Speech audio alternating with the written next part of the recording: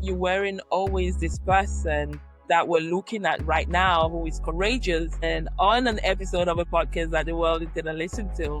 No one was coming. No matter, it was like I was inside my body screaming, someone see me, someone see me. But no one came.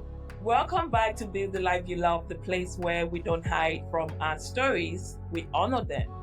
Where we don't bury our battles, we name them. And where we believe that the darkness we walk through doesn't define us. But what we choose to do, what we choose after it, does. So today's guest is Cheryl. Cheryl is a woman whose story holds unimaginable pain and an unshakable courage. She's faced trauma, she's battled monsters and wrestled with faith. She lost herself and found herself again. She's learning to love the woman she's becoming, and she's choosing truth even when it costs her everything. Cheryl, welcome to today's episode on Build the Life You Love. How are you doing? Oh, well, thank you so much. How am I doing? I am super hyper. I am super excited. I have been following you for a number of years. I will own the title that I am your number one fan. I've listened to every podcast, I've listened to every live, I've bought every book. So to be here right now, being able to tell my truth, tell my story, in this place is I'm truly grateful. So thank you so much, Dylis, for this time. Cheryl, that's very kind of you. Your kind words means a lot. Thank you for being a very um, loyal contributor or just being part of our work that we do. And I'm glad and hoping that this work continue to help you along your journey of healing and becoming all that you need to be, becoming your best self. It's enabling you tap into your highest potential so you show up in the world in the way that you are supposed to make your mark. So today's conversation is about healing, your healing journey. It's about your growth journey and who you've become today. Um, but you weren't always this person that we're looking at right now who is courageous and on an episode of a podcast that the world is going to listen to. I know that you have battled a couple of things that you're willing to share with our audience, and I know they're going to glean so much from your story. So, this conversation is going to be about healing, it's going to be about mental health, it's also going to be about faith that survives disappointment, and about what it truly means to rise from the ashes like a phoenix. And so, Cheryl, thank you again for being here. I want to start with something very simple but true. Simple. Before your healing began, before you got on your healing journey, who did you, or we say, what were you taught to be before your healing began? Who was Cheryl before you started your healing journey? Before my healing journey, I had made a vow to myself that I would never be hurt like that again. And unconsciously, I built a wall around myself. And I also hated men. We'll get to know a bit more why. But I absolutely hated men. And after I'm 43 now, for 20 years, I had 8 therapists. A couple of years ago, my body just broke down. And when I went to the doctor, they basically said, you've got post-traumatic stress. And I was signed off from work for 3 years. And because now the world around me had become very unsafe, I stayed locked up in my flat. I had a TV and wall to wall DVDs, and that was my existence. But it wasn't enough the hopelessness, the hope, the fear, the just the constant isolation, the pain. I also became very suicidal, and where I used to live, there was like a train station, and I literally could time when the fast train went, and I was making plans. You know, if I jumped over the barrier, if I did it quick, no one would, notice. And that pretty much was my existence until God intervened, which I'm truly grateful for. Wow, that is deep. Yeah, That was dark, and yeah, we're gonna get into that. yeah. I think I'm so curious to dive into it. And so, when you finally realized that no one was coming to save you, what broke inside of you, and what began? Um, and again, what I'm really wanting to know is the beginning of your exit out of that place. When I realized no one was coming was when I got suicidal, because no one was coming. No matter, it was like I was inside my body screaming, someone see me, someone see me. But no one came, no family, no friends, no one. And it'd be like internally, I was screaming from the top of my lungs, someone see me. And no one came. And that kind of loneliness, that kind of hopelessness, that kind of level of isolation, of feeling like you're worthless, it's just unbearable. So the only option then is death, because it's like you're just living like a zombie. You're just, your heart's beating, but you're just a zombie. There's no existence, there's no So purpose. did you have like a community that you would go to from time to time, even when you were in that place? Or when Oh, you went there, were you not able to connect with the people? They weren't able to hear you? Because what you're describing, like you're painting a very good picture, and I can see that picture.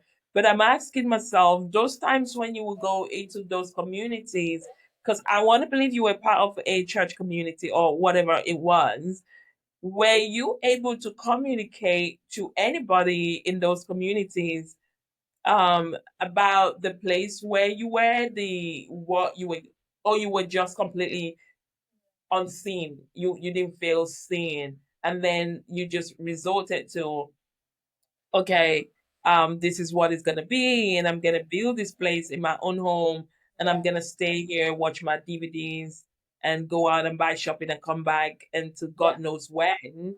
Was that the case when you go out to those communities, they wouldn't see you, or what was it? And if they wasn't seeing you, why was it that they weren't seeing you? It's a really great question, Dylis. It I was part of a community, a church. The problem is people have the same problem as you, so how can they help you? And for what I was dealing with, I needed something greater than what I was dealing with. And the trouble was, I was this prophetess, most of the time the most powerful one in the room. So it was like, you guys can't help me. I would speak, I would talk, but they couldn't help me. And a lot of the time, because of, I don't know if they felt intimidated, or, I don't know. A lot of the time, I would be attacked, jealousy. So it just added to the pain that was already there. And after a while, I was just, you know what? Let me just stay in my flat. The safest place for me is just let me stay in my flat. And then, this might be controversial, but for me, COVID was a blessing, because I had all these online. I didn't have to go out. now I could just stay in the comfort of my home, but still join these online services and online events in the comfort of my flat. That's just the problem, that everyone has the same problem as you, sometimes even worse. Right. So when you would go to those places to connect before COVID, you would feel like everybody was dealing with almost same thing you were dealing with. And Absolutely. Absolutely. okay. And then you also mentioned that you were wearing the heart of a prophetess, and it put you in this place of pride that made you think that you were going in there to tell people what they need to know, not basically you needing help. So that was you before your healing began. And so how did you break out? How did the healing begin? How did you step into the healing and then getting to find out that you were the person that you've been searching the whole time? Because that is a line that you say quite a lot, and I wanted to really talk to you about that. And so tell us how your healing started out of that deep darkness. Well, I had literally come to a point because I had, even though I was this prophetess, I still was very transparent. I was seeking help from the leaders, and nothing was, they just couldn't be bothered. They just didn't care. And that's why I was like, you know what, I'm done. And then when the online things were, I was joining, I won't name it, but I was joining this prophetic broadcast, and it was pretty much like a lifeline for me. And I just wasn't getting what I needed. I had just been like, you know what, I give up. And it was at that moment I woke up and God told me, I want you to turn your laptop on, and I want you to watch the British Council of Prophets. I think it's the broadcast. And I just, because at that time I was like, you know what, Lord, I'm done. No, I'm not watching it. And he very sternly rebuked me and says, get it on now. And in my own act of rebellion, I said, well, I'll put it on, but I'll put my back to it. And I made my Earl Grey. And they were talking, and then you came on. And all I could hear was your voice, and then the presence of God fell in my flat. And because I'm very sensitive to God, I swung around, and then I saw this black woman. At the time, you had your head shaved and then short, and it was just like, who is this woman? And the what you were talking about was so powerful. You was young, you was trendy, you weren't conventional. So straight afterwards, I'm googling, hoping you're in London because you sounded American. And to God be the glory. At the time, they had the fireplace, and I reserved my spot, and that was kind of like the longest week of my life. And then I joined the fireplace, and the rest is history. I've been part of Eagle Arise Ministry for, I think, coming September, will be 4 years now. And it's been a real journey from being in a religious institution and crossing over into sonship. It's a lot different. The system is a lot different. It's more about not blaming, but taking ownership and responsibility of of yourself and your own actions. So Which are is that when you finally realized that no one was going to come save you? You had to rise up for yeah, yourself. yeah. And Because so in that moment, what broke inside of you and what began? Yeah, we want to hear that moment. it was in a mentorship session that I had, and I don't know why, it was just finally hit me. The person I had been searching for nearly 20 years was myself. And I remember the breakthrough that I had. I can't even describe it. Of just realizing the person I had been searching for nearly 20 years was actually myself. And then now it was about me not looking for a leader or a person to do it for me, So but what were it's you looking for? You said you not looking for a leader to do it. So before, were you looking for someone oh to? yeah, yeah. I was wanting a spiritual mom. I was wanting, someone who would, literally adopt me as their daughter, whether it was a spiritual mom or a spiritual father, because I had, that abandonment issue, and being an orphan. So it was that child in me wanting someone to do it for me. But Yeah, as an adult now, it's like, no, you're an adult, you can do this. And then even being in a place where I was empowered and told you can do this, and the mentorship that I was doing really, really helped me in that. I had this book and I just used to love the title that says Courage to Heal, because it does take courage to heal, because you have to go against everything that you've known, everything you became to survive as yeah. well. So it's worth it, but you've got to be determined.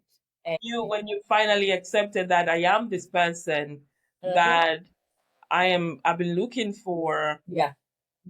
was that something new that opened up for you? What did you have to let go? Did you have to Well, let go of old what what stories? I what I had to, and this may be me getting a bit into my story now, where I had the for years as an adult, I was like, something happened to me as a child, but for the life of me, I couldn't remember. But I always had this thing. Something happened to me when I was a child, and I just couldn't remember what it was. So I remember one time, so I might get a bit emotional. You have to bear with me, because I am still walking in this, so it is still very raw and very fresh. There was a time in my prayer, and God simply said, "It's time, Cheryl." Um, I was meeting someone. They were. So when you finally said you stop looking for someone, another Mm, human being come save you, and mm-hmm, you turn to yourself and you turn to God and you mm-hmm. said you accepted that, okay, Yeah, this is who I've been looking for. yeah, It's me yeah. and Jesus. Yeah.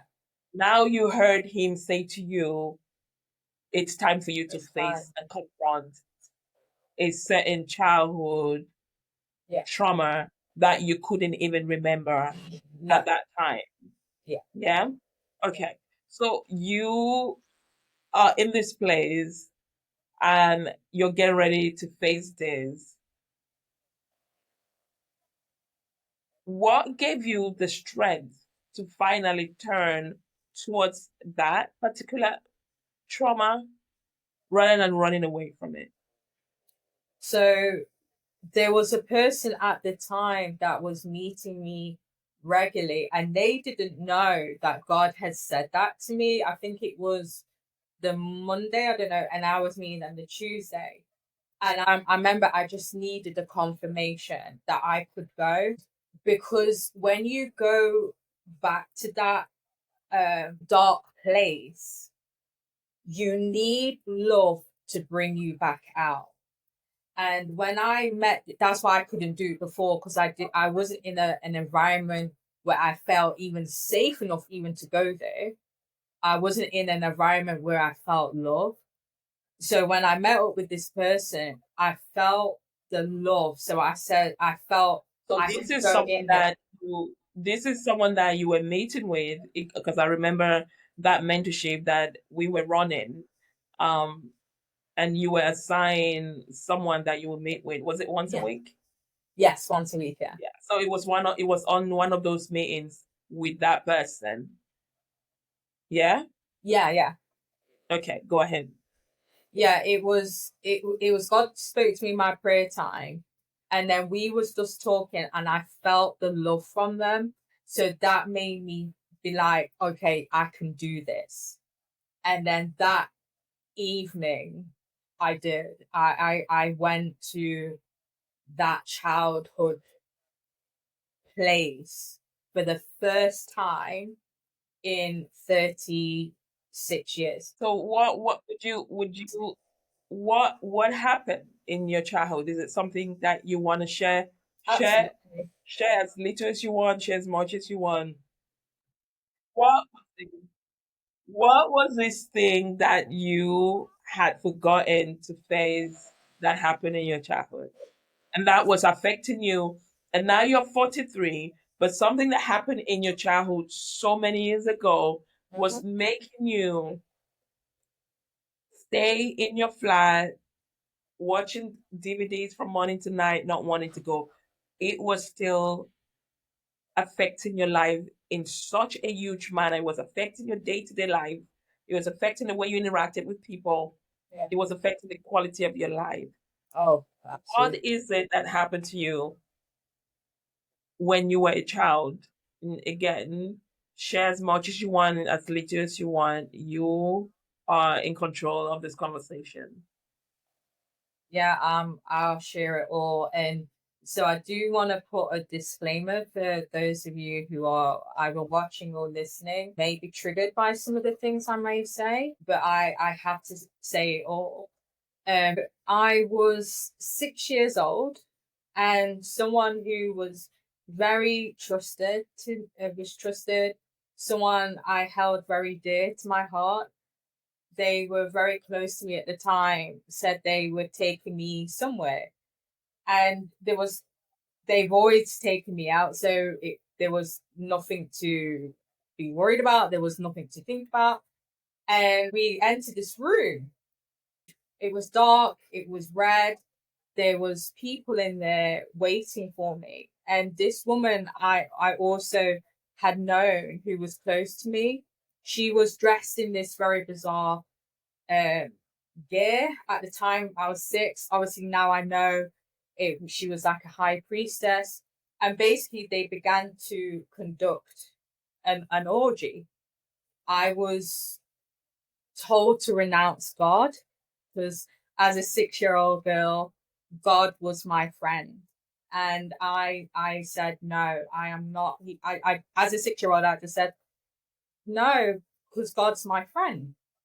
So they started to choke me, and obviously as a 6-year-old girl, I reluctantly renounced God, and then that's when they performed the orgy. I had to do. I was forced to do numerous things in that orgy, and it was as if I was given as a gift to these people, because from the ages of 6 to 9, I was basically used. I was trafficked. I would go to this place. Uh, I'm very sorry to say it was especially black men that would come in, and they would come in.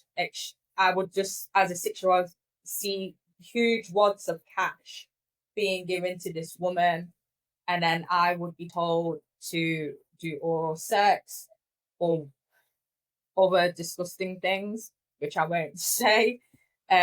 But that was what I would have to do, and I was forced. If I said, obviously I said no, she would hit me. She would shout at me. It didn't matter if I was crying. And I was taught from the age of 6, my feelings didn't matter. It didn't matter if I cried. It didn't matter if I said no. It just didn't matter. So fast forward, that is a despicable thing to happen to a child, and I'm so sorry that you had to go through that. It's horrendous. It's against the human soul. And you are such a warrior, you are such an overcomer, you are indeed an example of someone that is working with God and is determined to turn their stories around, because it could have been easy for you to, at the age of 40 or 42, just sit in your flat and let your life just go like that and not want to fight. But despite what you went through as a child, you did not give up on yourself. And even after that, the story continue. I would this even after that, you've been looking for help. You've been looking for people to see you, genuine people to see you, and just love you as you are, with purity, with genuineness. You didn't experience that right up until the later part of your life, but you still did not give up on God. You still did not give up on yourself. You still had this hope. And so this brings me back now. You're sitting in your room, and the background is this story you've told us from a child, and some other stories that you haven't even shared on this when you narrated the story. What is giving you the fight? What's making you not give up? Why are you still fighting and believing that your life can change? Because I knew who I was before that was done to me. I know the version of myself I was, not the version of me that I So became who is this to version of survive. you You know, the before this abuse started? Who was the who was Cheryl? oh, the life of the party, I was so bubbly. I was always called to sing in the plays. I loved to giggle. I was all about play, play, play. I was optimistic. I just had a lot of joy. I was a performer. I, I was loving, I was trusting, that was who I was. And you're sitting in that room watching DVDs from morning to night. Did you have access to that joy, that life of the party? Was it there or was it gone?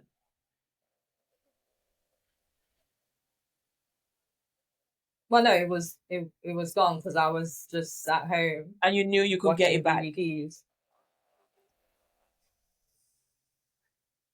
At that point, I just gave up. At that point, I that was going to be my existence. Was I just buy another DVD? That was my gonna be. That's what I basically accepted. Yeah. And so the turning point happened when God told you, switch on your TV or go on Facebook and watch the live broadcast from British Isles Council of Prophets that was running twice a week, early in the morning.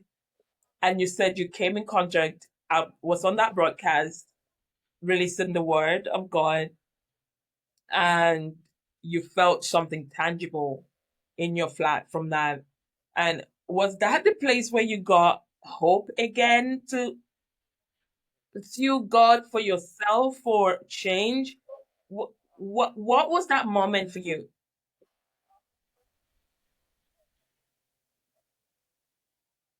Um, yeah, it was just I just got home because at that point I had I'd given up because I'd gone to every church in London and nothing, nothing. So it was just why bother? There's nothing out there that can help me. And just at that point, that's when God opened the way to yourself and the EAG Okay. ministry. And so it gave me hope again. So when you were coming, what did you have in mind? What what was it you wanted God to do? That's really where I want to get to. Like, What was the determination? What was your intention? What was it you wanted from God in that moment where you turn around and you had the encounter and the presence comes and you go online, you look, you register yourself in one of the prayer meetings we were having. What was it that you wanted? I wanted someone to see me. I wanted a leader that would have hope, have humility, have love. I was hoping for a spiritual mother at that time. That's what I was wanting, was wanting someone who would take me as a spiritual daughter. Yeah, so That was that what what I I'm was hearing is you wanting were at the looking for time. love. You were looking for Yeah. unconditional love. You wanted to be seen, you wanted to be accepted, and you wanted to be loved. So let's go to this part of your journey. You said you spent 20 years inside the church, seeking healing, seeking deliverance, seeking belonging, and you shared that instead of healing, you found more hurt there. What does that mean? I entered the church as a 19-year-old. I was very naive. I thought when I entered the church, it was like one of the Disney films, that everything would come right, like everything, I would be full, have a family, things would get better. And I'm sad to say it actually got a Why whole so? lot worse. I'm talking a whole lot worse. I entered the church as a beautiful, outgoing girl who had a bright future ahead of her. I was performing on stage. I was getting the attention of people. They were like, "You're a great dancer." I was a performer. By the time they got through with me, my extensions was a demon. My lipstick was Jezebel. My heels was Jezebel. Literally everything that I was bad. So now, on top of being bullied at school, going through what I went through as a child, also going through what I went through also within my family, now God didn't like me. So it was just like the most excruciating thing, because no matter what, I always had God. But now I entered into a place where I thought things were going to get much better. They just got a lot worse. And by the time that particular church was done with, got through with me, I became like an old Yeah, woman. I was gonna ask you, Like, how did the religious culture impact the view of yourself, your view of yourself, and your ability to heal? everything was a demon. You coughed, it's a demon. You sneeze, it's a demon. I I was I was a demon. I had all these demons that needed to be cast out of me, and they just didn't have any time or patience to deal with what I was dealing with. So it was just they put a label on me and put me over there, so to speak. So that was my experience. That was what I was taught. That now God didn't like it. And I mean, if you hear that so many times, you get to start believing it, isn't it? Did you think you got to a place where you Oh yeah. really believe that God did not like you? Yeah, I was every, they would start to roll their eyes, because every Sunday when they did an altar call, I would be there every Sunday crying and praying. It was just excruciating, because it was I was begging for something, and I just couldn't get it. And obviously I know how it was love. and it was just non-existent. I heard, you know, sermons. I was even part of the choir. I was even part of the worship team. You know. So who is God to you now? Who is God to you, and what does faith mean to you now outside of religion and inside your own real walk with Him? Who is God to you? God to me is my savior, my protector. He's my safe place. Um, I've never felt safe in my entire life, and God is my safe place. And for someone, obviously, I haven't gone through all the things I've gone through in my life, but there was, especially in my childhood, there was nowhere where I was safe. I was abused everywhere in school, even in families' homes, in areas, community, wherever I was abused. So God is now my safe place. He's my friend. He's my Abba. He sees me. He fights for me. He's my rescuer. He's my firefighter. My Navy SEALs. He's that knight in shining armor. He's just everything to me, and he continues to bless me. He continues to have patience with me, have mercy, and gently, you know, lead me out of Yeah. this darkness. I can see how you lit up when you're talking about him. You just like you light up and you smile, and that's a good sign because even your body language is responding to that and it's feeling the same thing. And so let's shift gears a little bit. When you recently, since you've been on your healing journey, you have seen at least one or two of those people who hurt you when you were a child. When you saw them, you said you saw them through eyes of compassion. You saw them differently.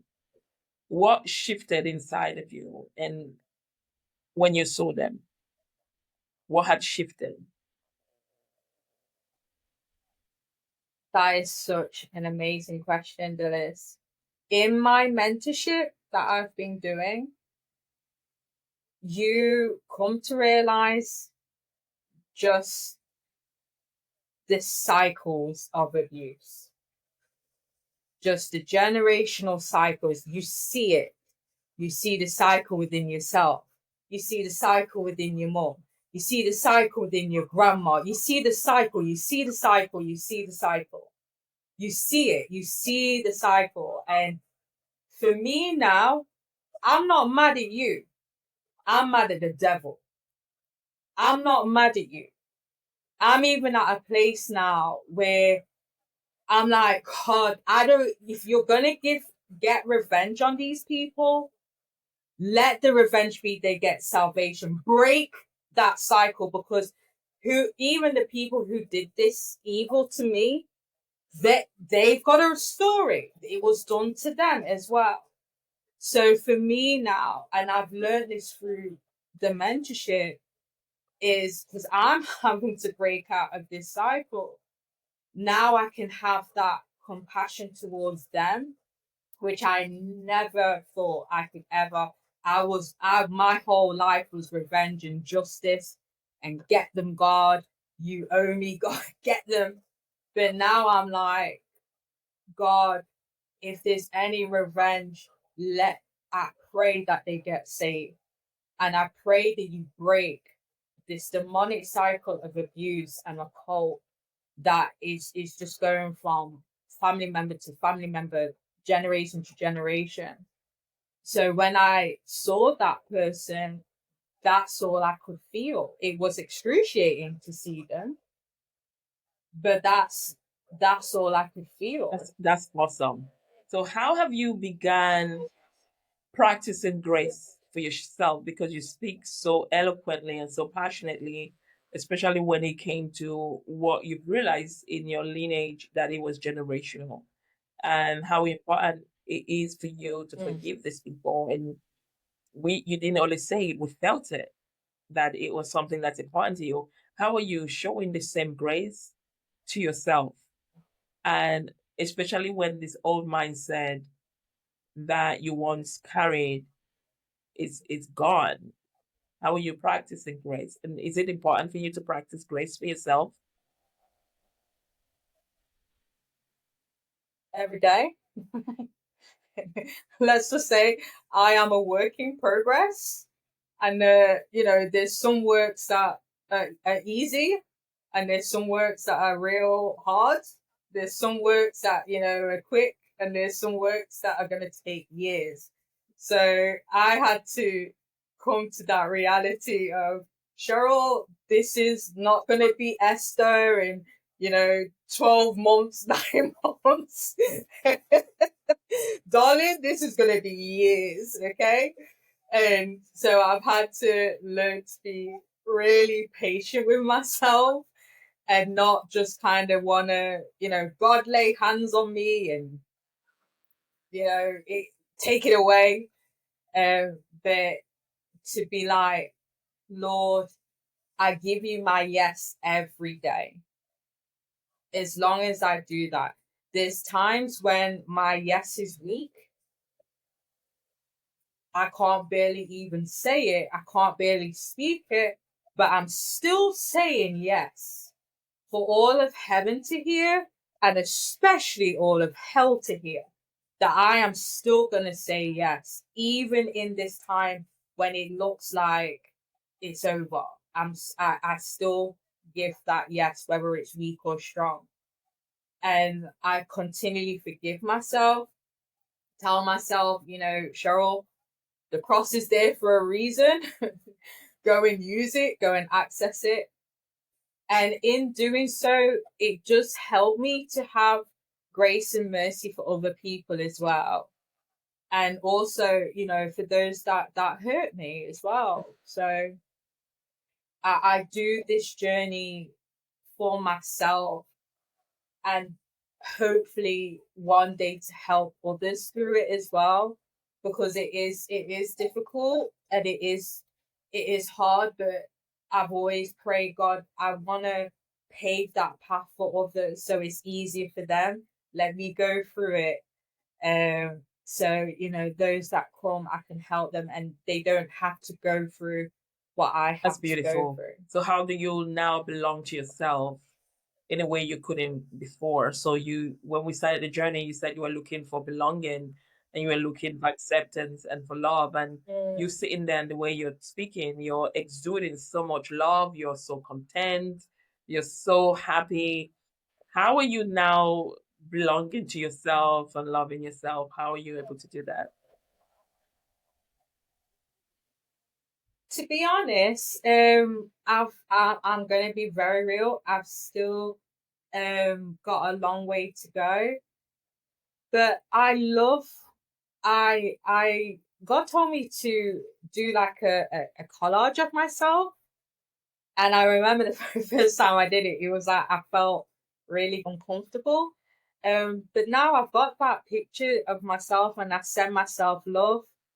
I'm also healing the baby Cheryl as well, and paying attention to her and listening to her, apologizing to her as well, that I neglected her, and also loving the adult Cheryl as well, and embracing all my quirks and everything that I am, and loving myself nevertheless, and not, I'm not like anyone else. And I'm no longer trying to fit in.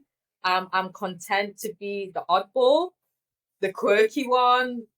I'm just gonna be me, and I'm really looking forward to creating the version that God intended me to be, not the version I became on of a result of what was done to me That's beautiful. So as a we're gonna child. shift a little bit. We're coming towards the end of it. We're gonna lighten things up. I'm gonna ask you a couple of questions. This is the game, this or that. Depending on pick, in fact, pick what feels true or more true for you today or where you are. And if you like, you can give us why. If not, just answer and we move on. It's not many of them, it's just few. So I'm gonna start with this one. Stillness or movement?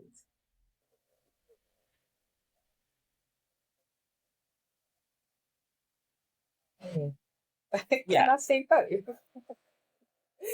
Um, I think both because now I am actually able to be still. I'm 43 and now I am actually able to be still, sit in a room. Because partly the reason why I watched all those DVDs was because I couldn't be with Cheryl Scille. I couldn't be alone with Cheryl Scille. I couldn't do that. So even being in this beautiful place that I can actually sit with myself and journal and talk about my thoughts and my feelings and have that safe place with God to do that is is miraculous as well. And I say movement because from going from, being signed off from work for 3 years, my existence was getting up, showering, putting on a DVD, and I watch it till 12 o'clock, you know, and then that was the next day. That was the next day. So now my movement, I have purpose. I'm waking up, I'm doing stuff. I'm doing the will of God for my life.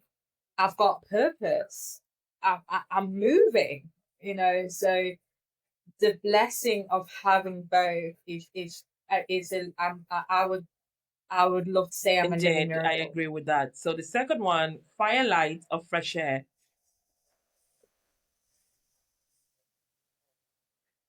Sin, Fresh air. sin or Fresh saved? air.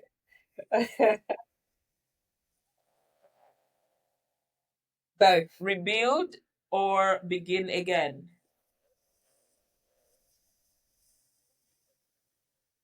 Both. Grace or grit? Both.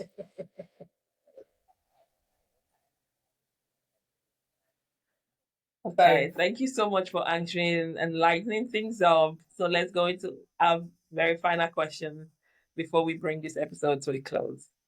What is the hardest thing you are still learning to forgive yourself for or love yourself for?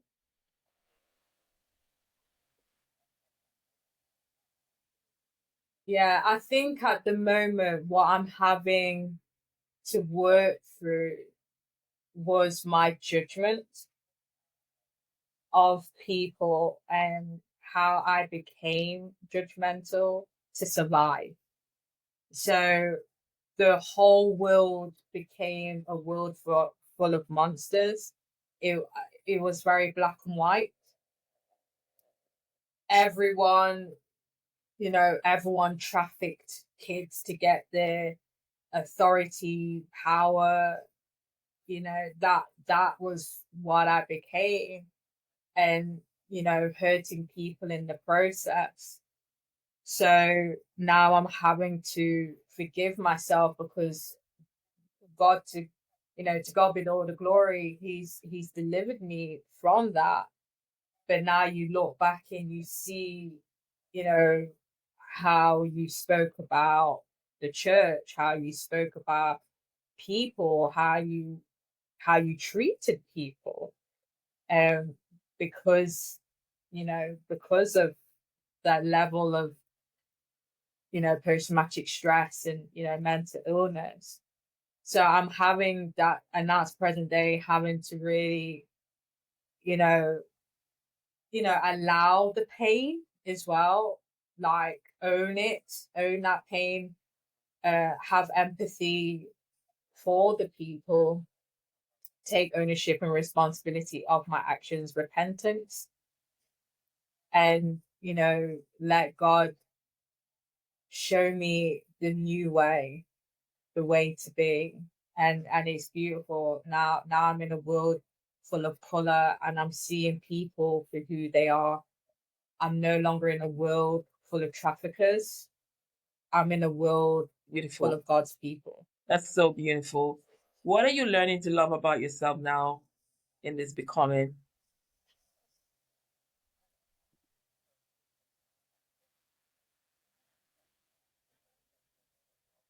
I'm having to learn to love my body. Yeah, for a long time I didn't like my body, and I'm having to, learn to touch, uh, and love my body. And it is, even now it's still, I'm still a work in progress, but you know reclaiming it, that it belongs to God because it was used for other things. I felt betrayed by my body as well. And I, for a long time, I wanted to, I wish I had somebody else's body. I didn't want to have mine because mine brought me pain. So I have to really, I'm still on that journey of loving and So loving my beautiful. body. Yeah. Thank you for sharing that so vulnerably. And your very last question is, if someone is listening who is carrying silent, buried pain and probably gone through what you've gone through as well as a child and they're now adult, what would you whisper to their heart right now, or what would you say to them?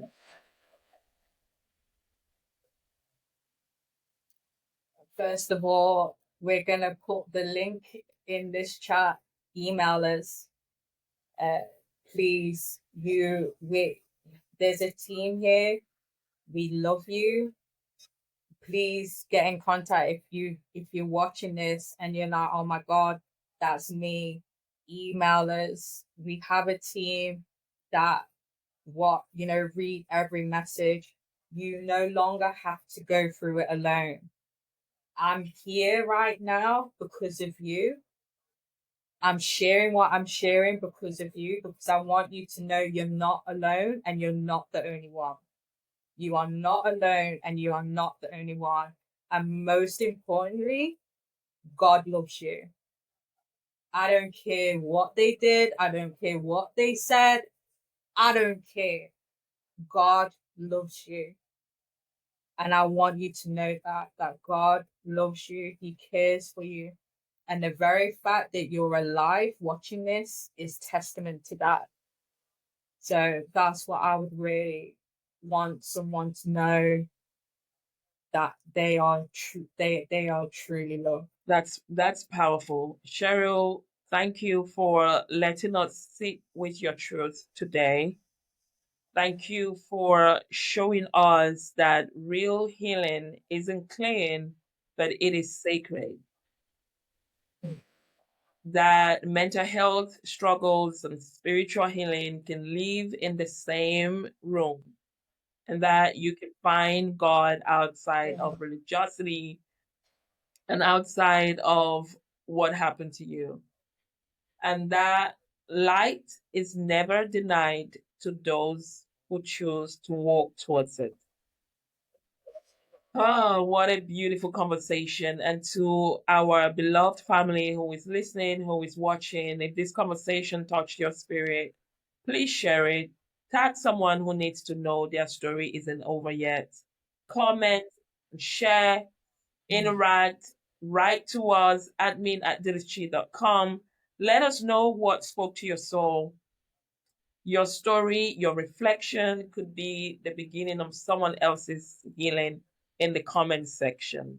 And if you are ready to go deeper in your own healing, clarity, and alignment, you can visit us on our website at www.dilischi.com.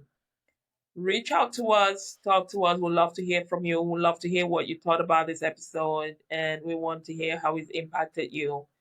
And on our website, you will find offerings, mentorship, and spaces for you, one to one coaching as well, and journeys designed to help you move from survivor to the best version of yourself. Also, we ask you please follow the podcast, stay connected, and remember your story doesn't end in pain, in trauma, in whatever happened to you in the past.